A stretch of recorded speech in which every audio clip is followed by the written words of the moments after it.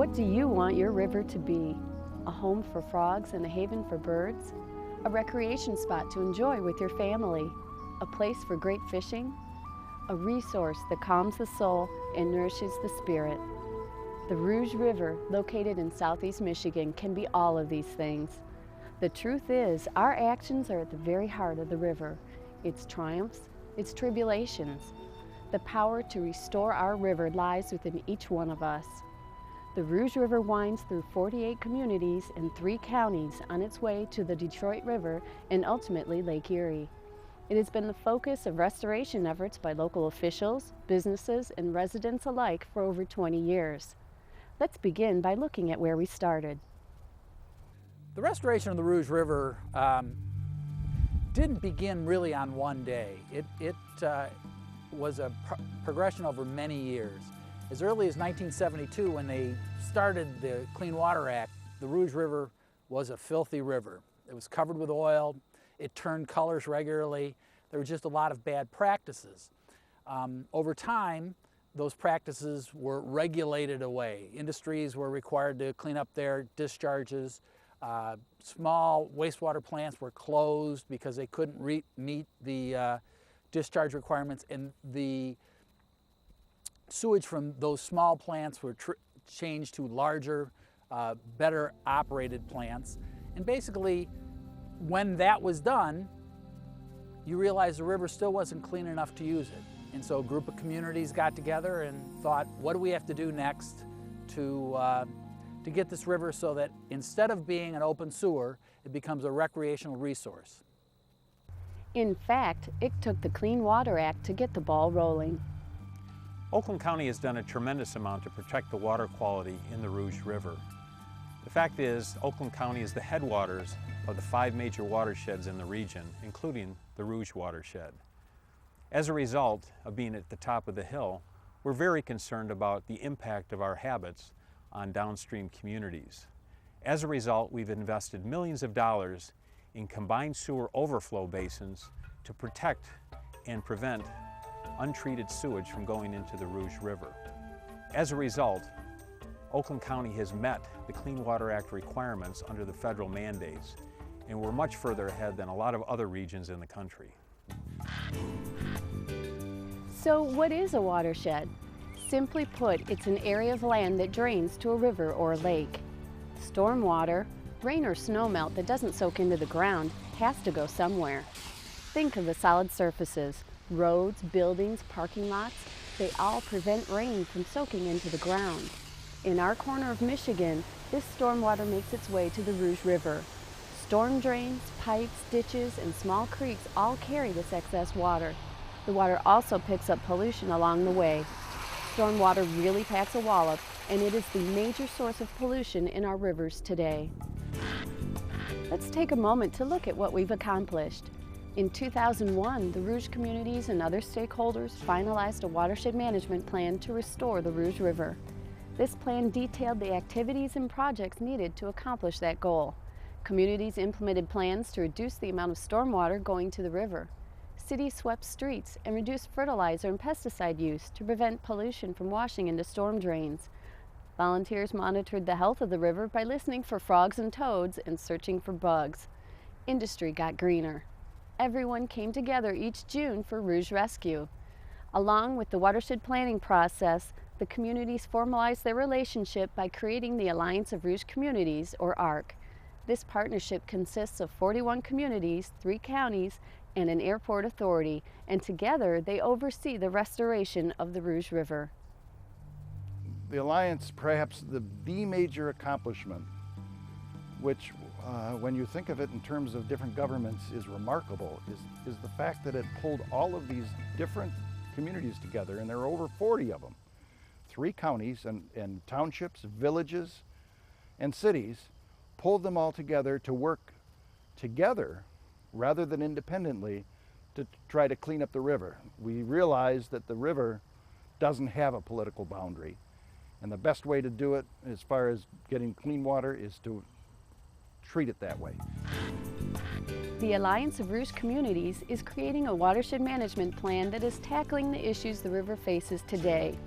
We've come a long way toward restoring the Rouge River. Communities have worked to address the river's unpredictable flows, which lead to the erosion of stream banks and the degradation of local lakes. They've conducted such projects as the restoration of Newburgh Lake in Livonia, Corton Lake in Birmingham, and Carpenter Lake in Southfield. Rooting for the Rouge, a tree planting program in schools that is established through a partnership between Westland, Inkster, Romulus, and Canton Township. The restoration of Bennett Arboretum in Northville, and the citizen stewardship and protection of Johnson Creek, the only cold water fishery in the watershed. These projects show that our communities are committed to improving water quality. The Watershed Management Plan lays out a series of goals that will detail the types of projects needed to address one of the major issues affecting the Rouge River today. But why is flow such a big issue? The stream is affected by flow in a number of ways. In fact, there's somewhat of a rippling effect. When we talk about flow, sometimes we refer to the flashiness of the river. So when it does rain, the river channels and the stream channels fill up quickly and then they go back down rather quickly. As that happens, there are a number of impacts that can be observed. First of all, as the flow increases, stream banks are eroded. As stream banks are eroded, sediment and dirt are deposited in the river itself. An increase in the sediment in the river can cause a decrease in the dissolved oxygen of the river, which can negatively affect the aquatic life. As the stream flow slows down and the river channel water level goes down, the sediment can be deposited in the river. As it's deposited, it's actually covering up some of the aquatic life, the aquatic bugs that the fish need to survive. So as that aquatic life is altered or changed due to this increase in sediment, the fish populations can be negatively affected. So as you can see, it's somewhat of a rippling effect just due to some of these smaller, more frequent rain events. We've come a long way in restoring the Rouge River. For the next few minutes, let's envision where we want to be. Let's take a tour of the watershed and look at the types of projects necessary for the continued improvement of the Rouge River. Let's start in Troy, near the headwaters of the main branch of the Rouge. The City of Troy did a stream bank stabilization project in Firefighters Park several years ago for an improvement of the erosion on the banks as well as providing buffers for wildlife habitat. This project was completed with not only city staff, but we had a cadre of volunteers, almost 100 volunteers working to plant native plants and enlarge our buffer for benefit to the wildlife in the park. Stream bank stabilization and buffer installation is very important to the quality of our water because it catches all of those pollutants running off, it holds our stream banks in place, and it prevents the sediment from heading downstream into our lower watershed communities.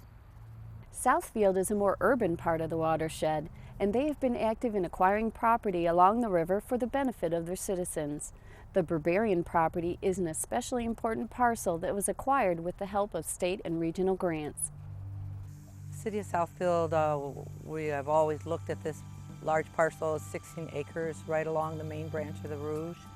It is contiguous with our Valley Woods Nature Preserve, and as this site is very high quality in terms of the vegetation, has many rare and unusual plants and animals in here, so we really wanted to purchase this. It also provided us access across the Rouge, and it's really like a keystone within our nature preserve area. So we have 128 acres now between 10 Mile and 12 Mile. The Rouge Green Corridor is an exciting and vital project that has joined public and private property owners to work together for the benefit of the river. The Rouge Green Corridor is a coalition of 3 communities right now, of Southfield, Beverly Hills, and Birmingham, who all exist along the Rouge, the main branch of the Rouge. And with the acquisition of the Berberian property, we started looking at the resource as a whole. Before that, we were looking at each individual property in terms of, okay, this is our park site and this is what we're going to do to our park site. But we really needed to stand back a little bit and look at it as an entire resource, a valley that exists within a major and very densely populated and developed urban area.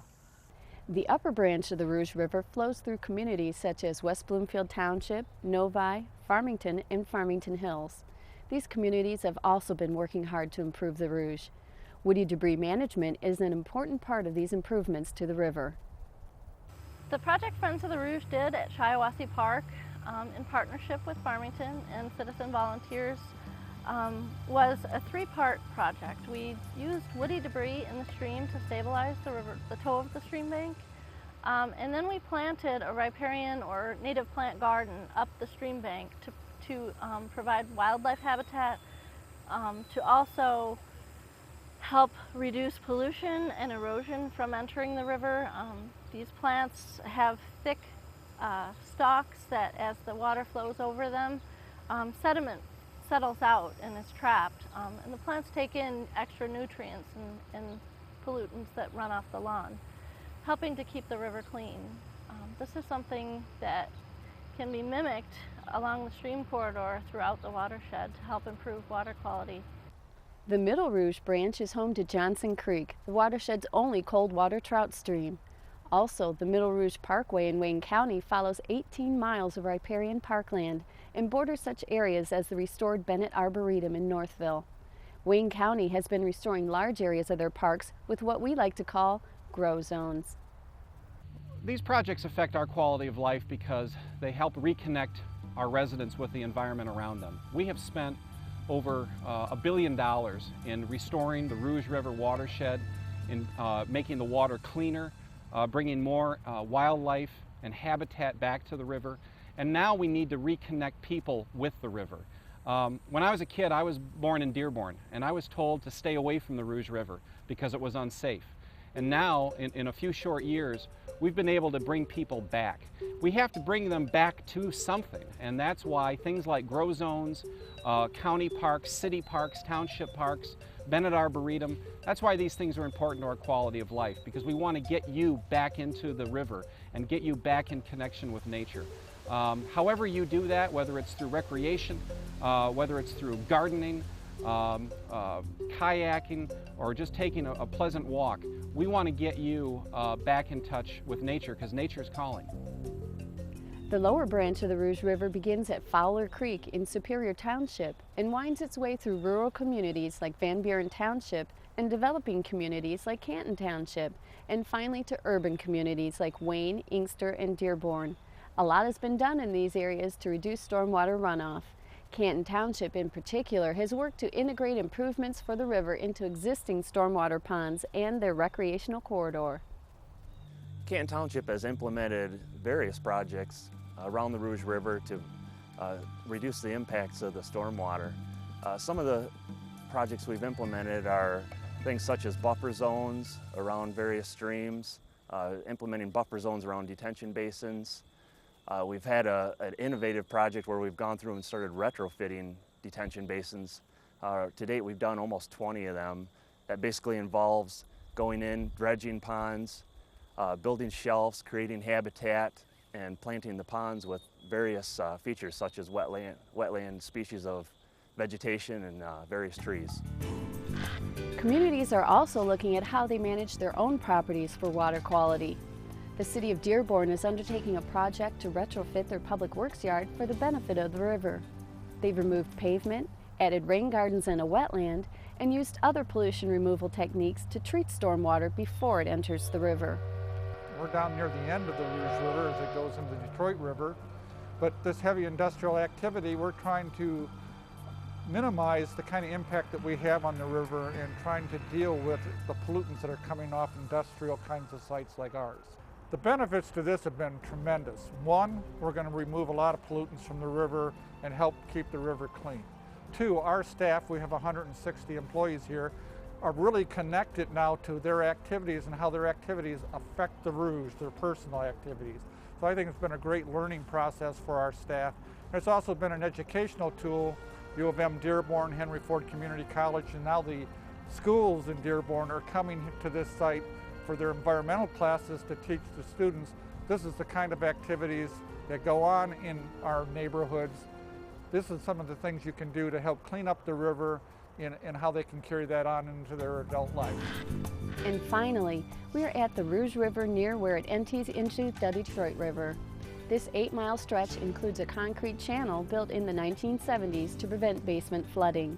It is the focus of the Gateway Partnership, an organization of communities, industry, business, and other stakeholders. This partnership is an example of how working together can bring great things to a river.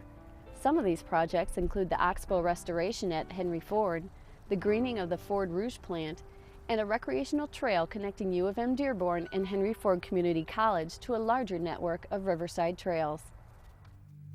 It's the collaborative effort of all of us focusing from year to year to year with unwavering effort to make this beautiful natural resource the most historic river in America by many people's calculations, available and accessible and sustainable for future generations, all culminating in these 4 goals of environmental restoration, historic preservation, economic development, and recreation, and providing recreational opportunities for the citizens. Working together has become second nature to the communities of the Rouge River watershed. Another example of these partnerships shows how citizens can work with their community to improve the Rouge with river-friendly activities at home. In Lathrop Village, homeowners worked with the city to address standing water issues in their neighborhoods. A rain garden is a depression in the landscape, either near the street or perhaps at the end of a downspout, where stormwater is held until it can be absorbed and/or filtered. So we say rain gardens are a solution to water pollution, but what they really are small, attractive gardens with native plants that help our communities and their stormwater and water quality problems. Lathrop Village realized about 5 or 6 years ago that this new idea of a rain garden could be used to soak up stormwater that would otherwise go into the storm drains. So they called on us at SACWA, that's the Southeastern Oakland County Water Authority, because we were promoting environmentally friendly landscapes. And the rest is history. We've worked together to plan and install about 30 rain gardens here in Lathrop Village. This project involved homeowners in improving the Rouge River. Now here is some information on how you can become a partner in our efforts to restore the Rouge. Properly dispose of household hazardous waste like automotive fluids, solvents, paint, and other common household products. For a list of these products, go to allianceofrougecommunities.com. Wash cars, trucks, and other vehicles on the grass, or direct the wash water away from paved surfaces to grassy areas. Better yet, go to a car wash. Clean up after your pet. Rain events can easily sweep pet waste off paved surfaces and into storm drains and ultimately into the river. Ducks and geese are cute, but their waste isn't. It fouls up recreational areas and can easily enter local waterways. Remember, don't feed the geese. If you live on the river, plant a native buffer. Not only are they attractive, but they filter the water going into the waterway. No-mow zones also provide habitat for butterflies, birds, and other creatures. Finally, let us know what you think. Go to allianceofrougecommunities.com. Remember, it's our water, our future, and it's ours to protect.